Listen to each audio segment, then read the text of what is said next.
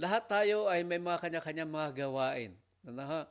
Maring ito po ay sa araw-araw meron tayong mga gawain ng paghahanap buhay sa ating pong mga workplaces. No, ano man po ang inyong mga posisyon doon, ano man po inyong mga gawain.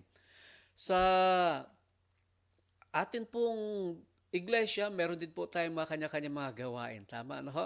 Meron po sa atin dyan iba't ibang mga posisyon din. Ano ho? May mga pastors, elders, deacons, deaconesses, and all the rest of the officers. Ano ho? Kasama na rin po dyan ang mga members. Sa tahanan natin mga kapatid, meron ding mga kanya-kanyang function. Ano po? Ang mga pamilya ng atin pong mga kanya-kanyang tahanan. Ano ho? So, ganun din po mga kapatid sa mga samahan or mga organization. No, meron din pong mga kanya-kanyang mga gawain ng bawat isa. Ako man po mga kapatid ay naniniwala na kahit po dito sa ating Lifeline Ministries, tayong lahat meron pong mga kanya-kanyang mga gawain. No? Sang-ayon man kayo o hindi, pero lahat tayo mga kapatid, meron mga kanya-kanyang functions. No? Maaring ako lamang ang tagapagsalita, tagapanguna at lahat tayo ay meron pong mga bahagi. Katulad halimbawa po ng pag-share no po, ng ating link o di po kaya ay pag-share ng mga messages na atin pong napag-aaralan. Hindi po natin sinasarili ito. Lahat po tayo ay meron po mga kanya-kanyang function. Pero kung tatanungin natin mga kapatid, o anyway, kahit nga po pala sa tahanan, the other night, kasi nga po sa amin pong family worship, hindi ho namin dinidiscuss yung ating lesson quarterly. Yung lesson quarterly, kanya-kanya po yun. Pero what we have been discussing is yung Adventist home, mga kapatid, nire-review ulit natin ito. Uh, yung book, Adventist home na book. No, so, the other night, na-discuss namin na bilang mga anak ng Diyos, ang family, we have to watch, wait, and work, mga kapatid. At sinasabi nga po doon, ay yung ating mga gawain sa bahay, lalo na yung mga nanay at mga tawag dito, ilaw ng tahanan. Kayo man ay mga working mothers or full-time domestic technical engineer, mga kapatid. So, ang mga gawain daw po natin sa tahanan ay mga noble task yan mga kapatid. So, kaya nga po ay ano man ang ating mga gawain mga kapatid, masasabi natin that we are doing the noble task if you are doing that for the Lord. Pero kung ginagawa lamang natin para sa ating sarili or just to please other people mga kapatid, kahit sabihin natin na yan ang pinakamahalagang posisyon sa lahat ng mga gawain. But if you are just doing that for yourselves and for just to be praised and to own all the credits mga kapatid, ay parang wala din yun. Pero gaano man kalit at kalaki ang ating mga gawain, kapag ginagawa po natin ito sa Panginoon, that is a noble task. But this morning mga kapatid, gusto ko po pag-usapan natin what is the most important work.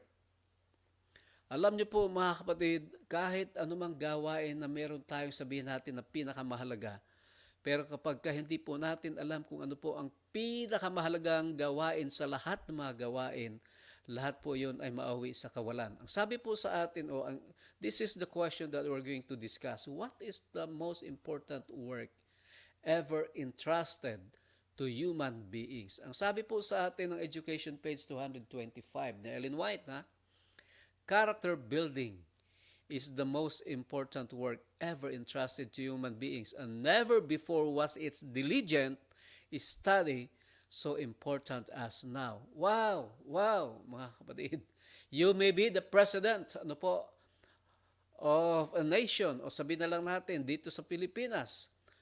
You have the most important work, kung sabihin natin, But, the most important work na ipinagkatiwala sa tao, mga kapatid, ay character building. At napakahalaga daw po na ito ay pinag-aaralan, mga kapatid. Kaya nga po, ang sabi sa atin, what is the essence of Christian character development? Ano po bang kahalagahan nito? Ng character development. In 2 Corinthians 3:18, ang sabi po, but we all, with open face, beholding as in a glass the glory of the Lord are changed into the same image from glory to glory, even as by the Spirit of the Lord. Tayo po pala ay parang katulad po ng tumitingin sa salamin, mga kapatid. Pagka tumingin ka sa salamin, makikita mo yung iyong hitsura. Makikita mo kung meron kang marumi sa mukha, kung ayos na yung buhok o hindi. So, ganun din po pala yun. Kapag tumitingin tayo sa kalulhatian ng Panginoon, sabi po, tayo po ay nababago ayon sa kanyang kalulhatian. Wow! Wow! Kung kaya nga po pala, when it comes to character, mga kapatid, kapag lagi tayong tumitingin sa Panginoon, doon tayo nababago. So, kung tatanungin natin, ano po ang kalulhatian ng Panginoon? Ito po ay tinanong po minsan natin. At ang sabi po sa Exodus 33:18, si Moses po, nagtanong sa Panginoon, humiling sa Panginoon, sabi niya, Panginoon, show me your glory. Nais ko pong makita ang iyong kalulhatian. Alam ko po, mga kapatid, na ang bawat isa sa atin ay ninanais na makita din ang kalulhatian ng Panginoon. Alam niyo po ang sagot sa kanya ng Panginoon, mga kapatid? Anyway, nung sinasabi po ni Moses na nais niyang makita ang kalulhatian ng Panginoon, ang sabi po ng Panginoon sa Exodus, and the Lord said, I will cause all my goodness to pass in front of you, and I will proclaim my name, the Lord, in your presence. I will have mercy on whom I will have mercy, and I will have compassion on whom I will have compassion. So ang sinasabi po dito, mga kapatid, nung ninanais ni Moses na makita ang kalulhatian ng Panginoon, sabi niya, okay, sabi niya, ipapakita ko sa iyo ang aking kabutihan, sa iyong harapan, at ipapahayag ko sa iyo ang aking pangalan, ang presensya ng Panginoon. At sabi niya, magkakaroon ako ng mga kaawaan. I will have mercy on whom I will have mercy. And I will have compassion on whom I will have compassion. So kung titingnan natin, mga kapatid, ano ang sinasabi dito ng Panginoon na kanyang kalulhatian or glory?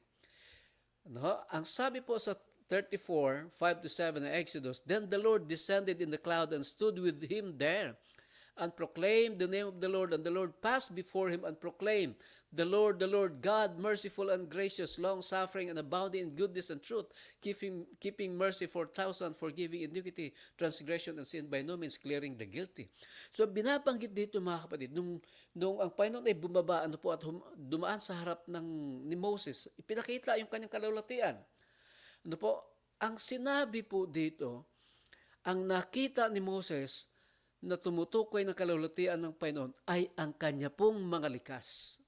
Ano po yung binanggit dito mga halimbawa? Merciful, gracious, long-suffering, abounding in goodness and truth, mercy, keeping mercy, forgiving.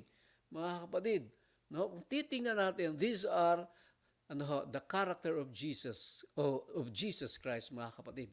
Kaya nga po, based on the passage read, what is God's glory constitute? Ano po ba ang tinutukoy ng kalulhatian ng Panginoon?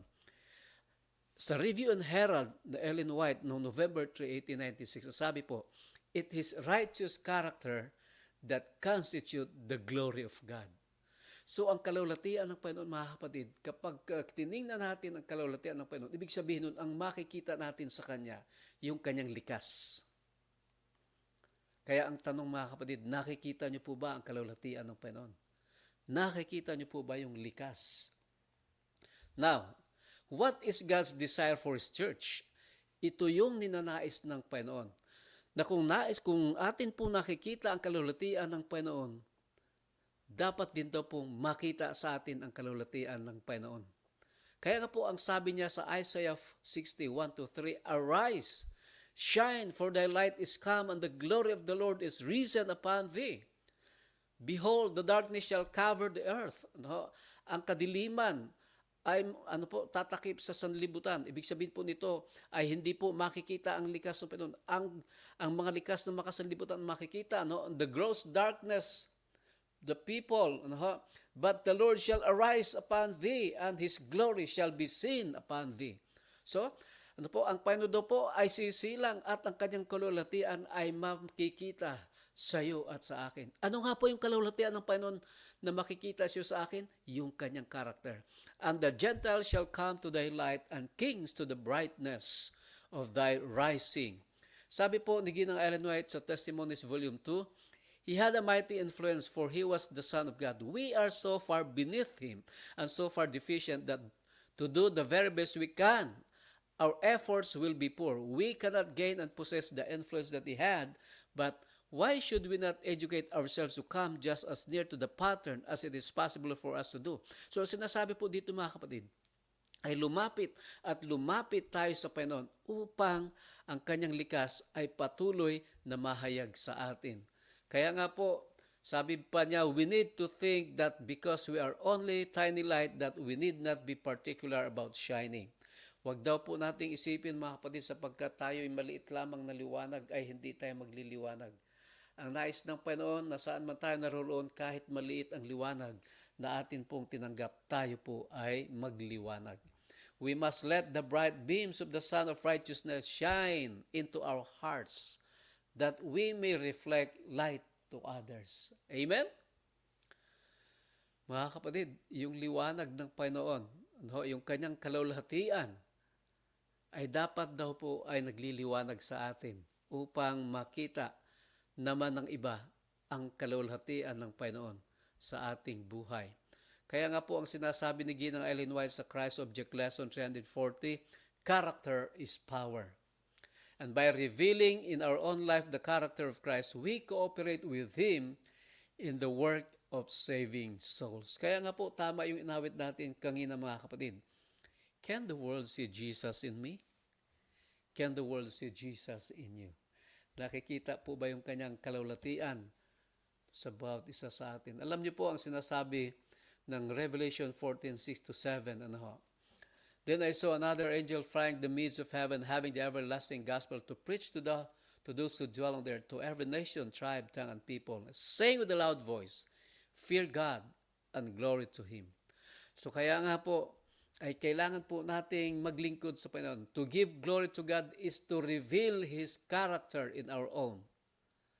Yun po yun mga kapatid pala. Ang magbigay luwalhati sa Panginoon ay yung ipahayag ang kanyang likas sa ating buhay. No? And in whatever way we make known the Father or the Son, we glorify God. Amen?